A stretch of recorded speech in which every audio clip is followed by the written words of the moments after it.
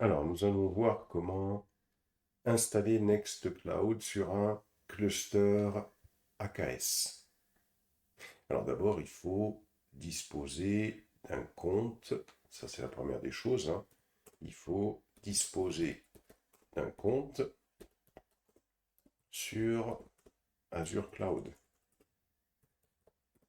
Sur Azure Cloud. Ça, c'est la première des conditions. Il faut créer un compte sur Azure Cloud. Deuxièmement, il faut installer Terraform sur une machine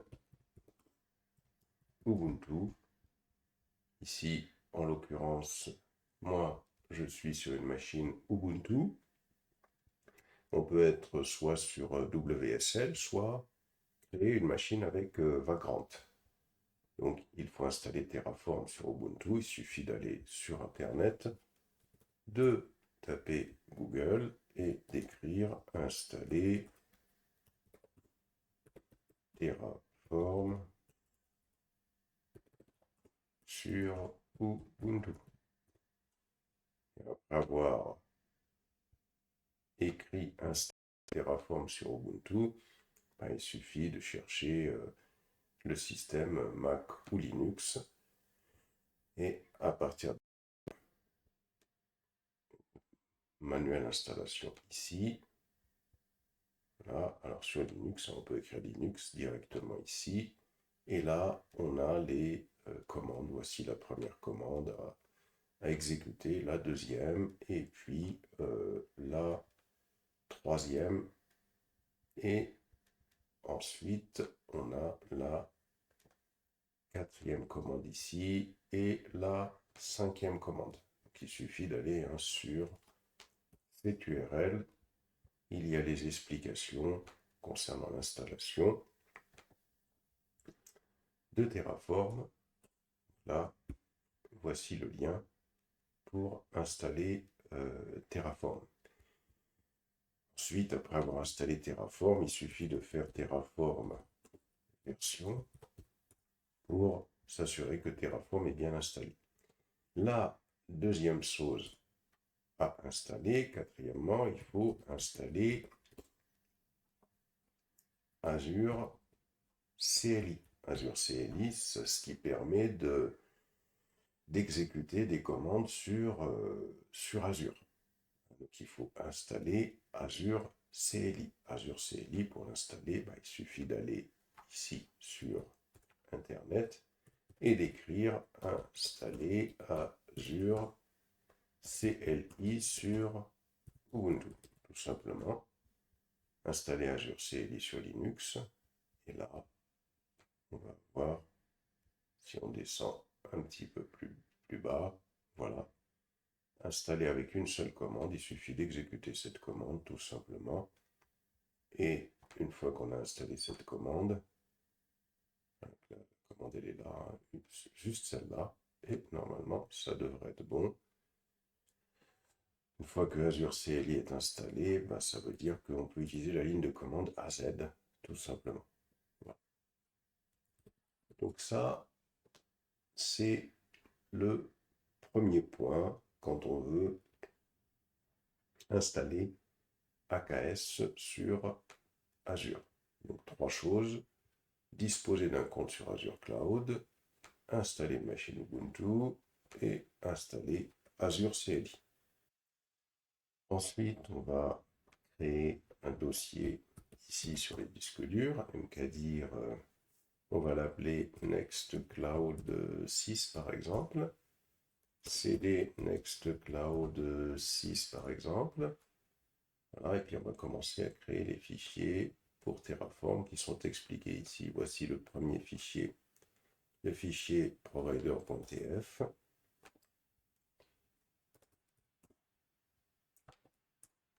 On va le créer. Ça.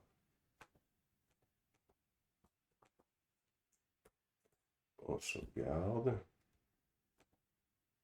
Les explications du fichier sont données dessous, hein. Ensuite, on crée le fichier dans lequel on définit des variables.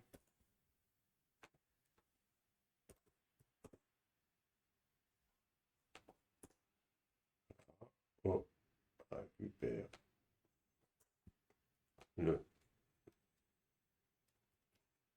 différentes variables qui sont définies.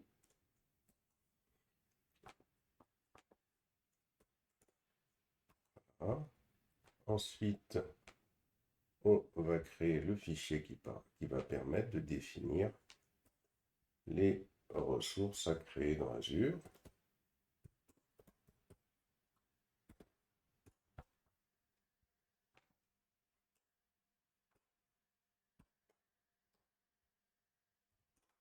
Voilà.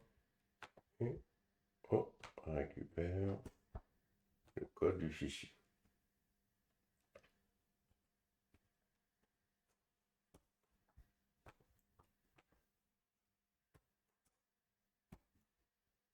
Voilà.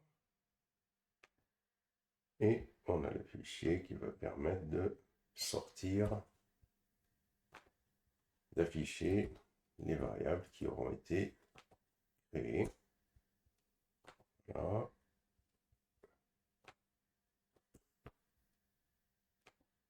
Alors, les différents fichiers sont expliqués ici, mais n'hésitez pas à prendre les codes, aller sur ChatGPT pour demander des explications ligne par ligne, hein, pour mieux les comprendre, hein.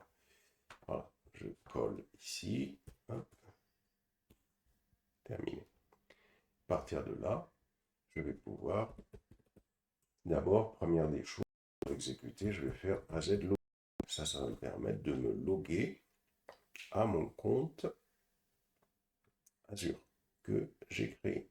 Voilà, il me le donne ici. Moi, voilà, je me suis connecté à mon compte Azure, hein, puisque j'avais déjà introduit mon login et mon password, ça avait été enregistré. Je ferme cette page.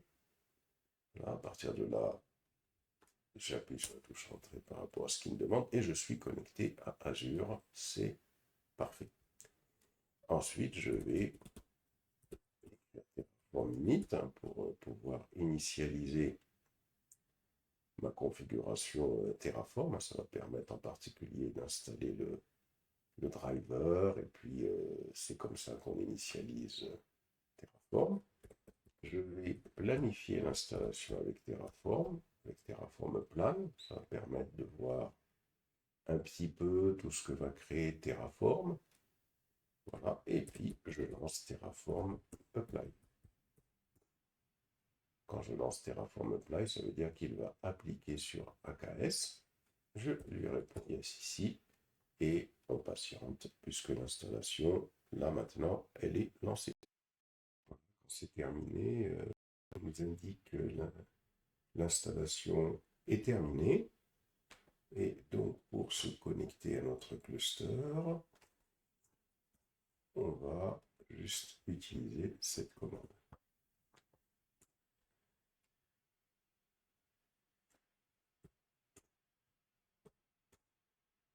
Voilà. Et là, je suis connecté au cluster. Alors, pour pouvoir travailler avec un cluster Kubernetes, il faut que la commande kubectl soit installée.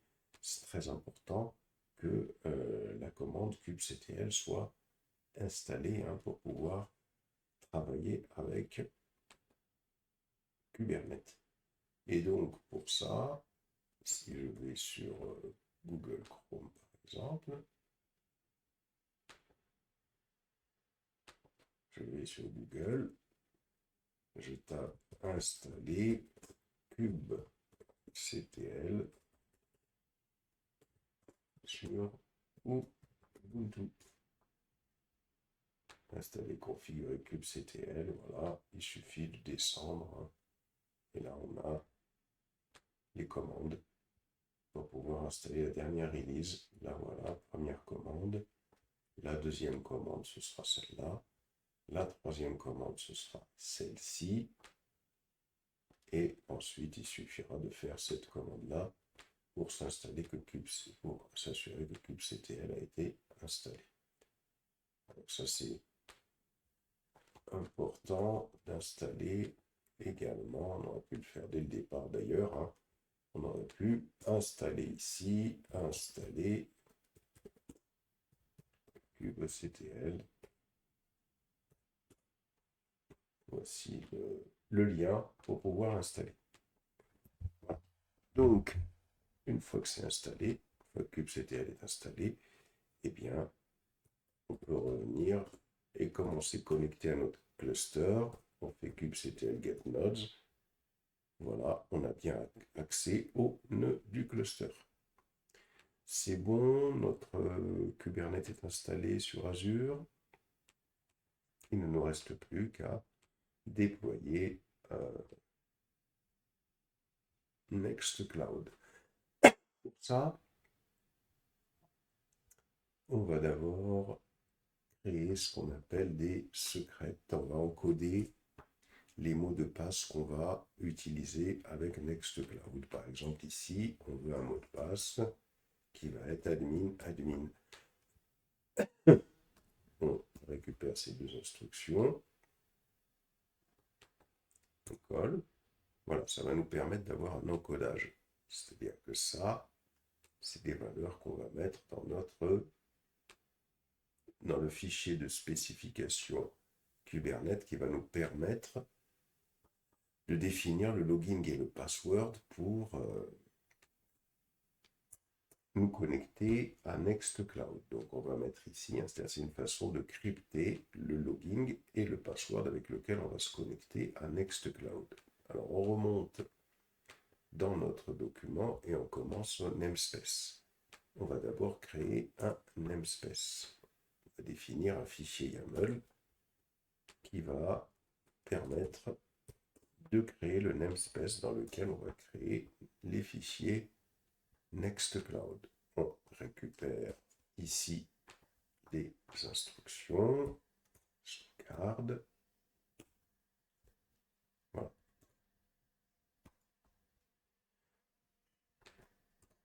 Ensuite, on va créer le fichier qui va permettre de définir les secrets, justement, c'est-à-dire le login et le password pour nous connecter à Nextcloud.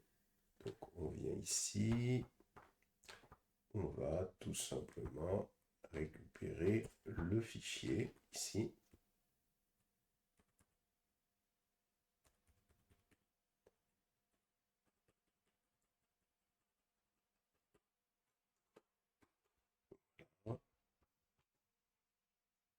C'est là.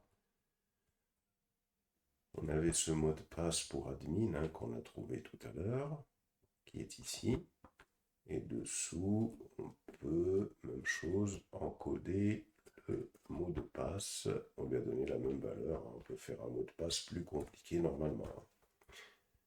Il faut prendre normalement un mot de passe difficile à craquer. Ensuite, on va avoir le fichier qui va permettre de déployer Nextcloud.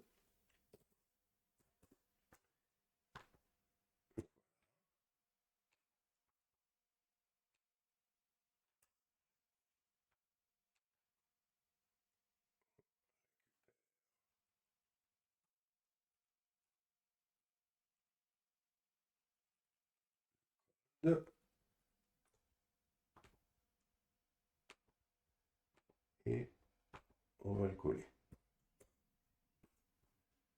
Voilà. Et enfin, nous allons avoir le fichier qui va nous permettre d'exposer, ça va permettre d'exposer via un load balancer, ça va permettre d'exposer Nextcloud pour qu'on puisse s'y connecter.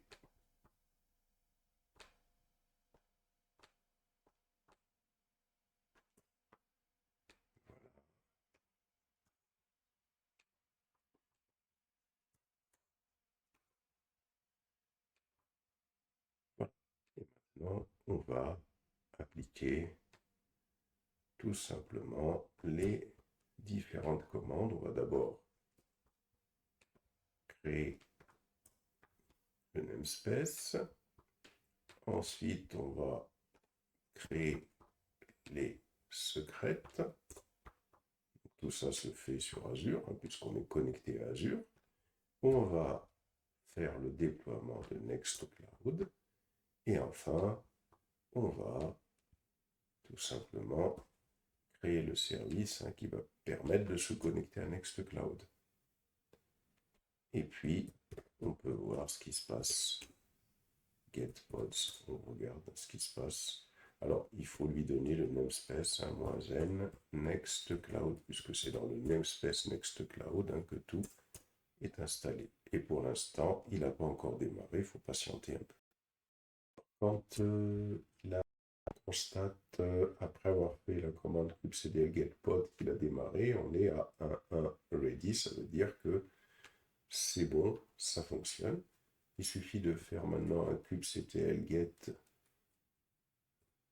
svc -n Nextcloud et ça permet d'obtenir l'adresse IP externe du load balancer.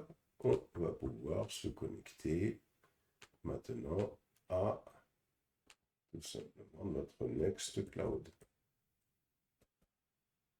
On va coller. Voilà, Nextcloud, il suffit de faire admin. Voilà, on a un Nextcloud qui est installé. Voilà donc pour l'installation. Voilà pour les explications. Donc, pour là, ce qu'il va falloir faire, c'est que pour chaque code de cette explication, utiliser, attention à ChatGPT pour comprendre les codes ligne par ligne, c'est très important parce que au-delà de prendre les codes et de faire la manip, il faut pouvoir comprendre ce que vous avez fait pour l'expliquer. Ça, c'est la deuxième chose. On peut aller plus loin en persistant les données de Nextcloud avec des volumes sur Kubernetes. Dans cette manipulation, je ne l'ai pas fait pour rester simple.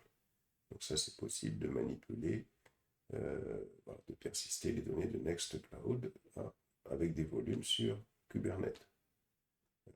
Et puis, on peut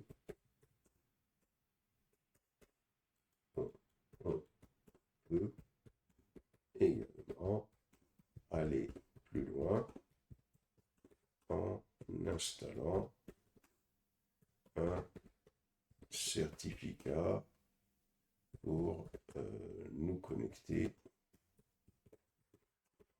en HTTPS. Tout ça, il faut l'avoir en tête pour justement, une fois que vous avez bien compris la manip, pouvoir faire des recherches par rapport à cela et ça pour pouvoir déjà répondre à des questions concernant le fait qu'on peut persister les données.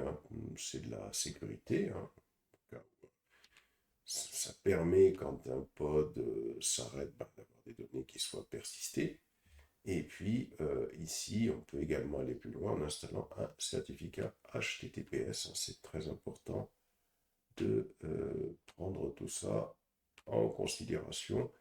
Et il faudra voir justement comment ça peut être fait pour pouvoir répondre à des questions par rapport à cela. Installer, eh bien, on peut installer Nextcloud directement sur Kubernetes, sur AKS. Ensuite, on peut également installer Prometheus et Grafana. Donc, pour ça, on peut créer déjà ce qu'on appelle un namespace, le namespace monitoring pour pouvoir installer Grafana et Prometheus dans ce namespace. Ici, on a les commandes qui vont permettre d'installer Prometheus grâce à Helm. Donc, on a 3 lignes de commandes.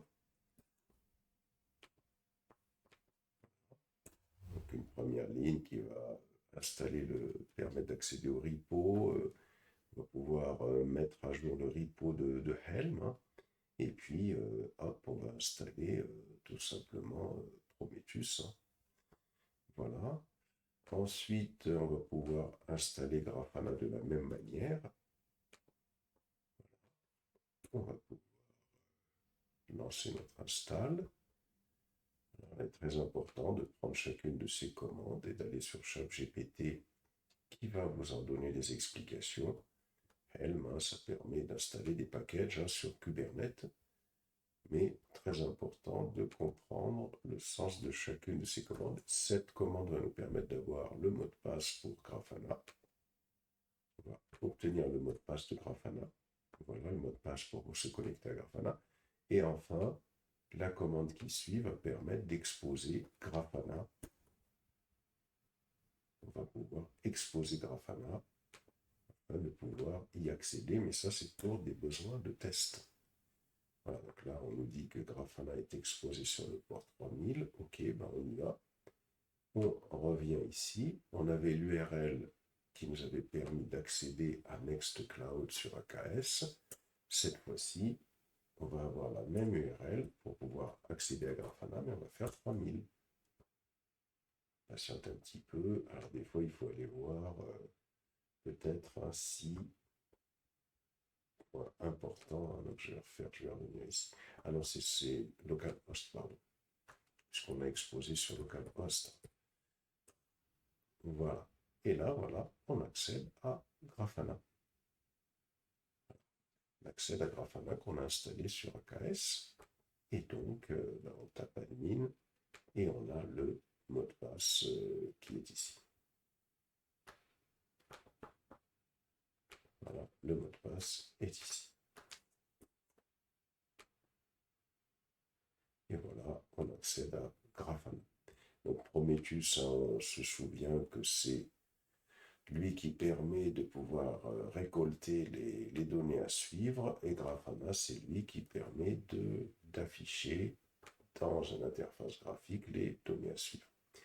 Donc, pour que Grafana puisse être connecté à Prometheus, eh bien, il va falloir tout simplement faire la configuration qui est indiquée ici. Il faut se connecter à Grafana. Il faut aller dans Configuration et puis rechercher la data source. Ici, voilà, on a data source. Et puis ici, ajouter une nouvelle source de données et sélectionner Prometheus. Donc la source de données, on va avoir ici Prometheus à ce niveau-là. Et ici, il nous demande l'URL du serveur.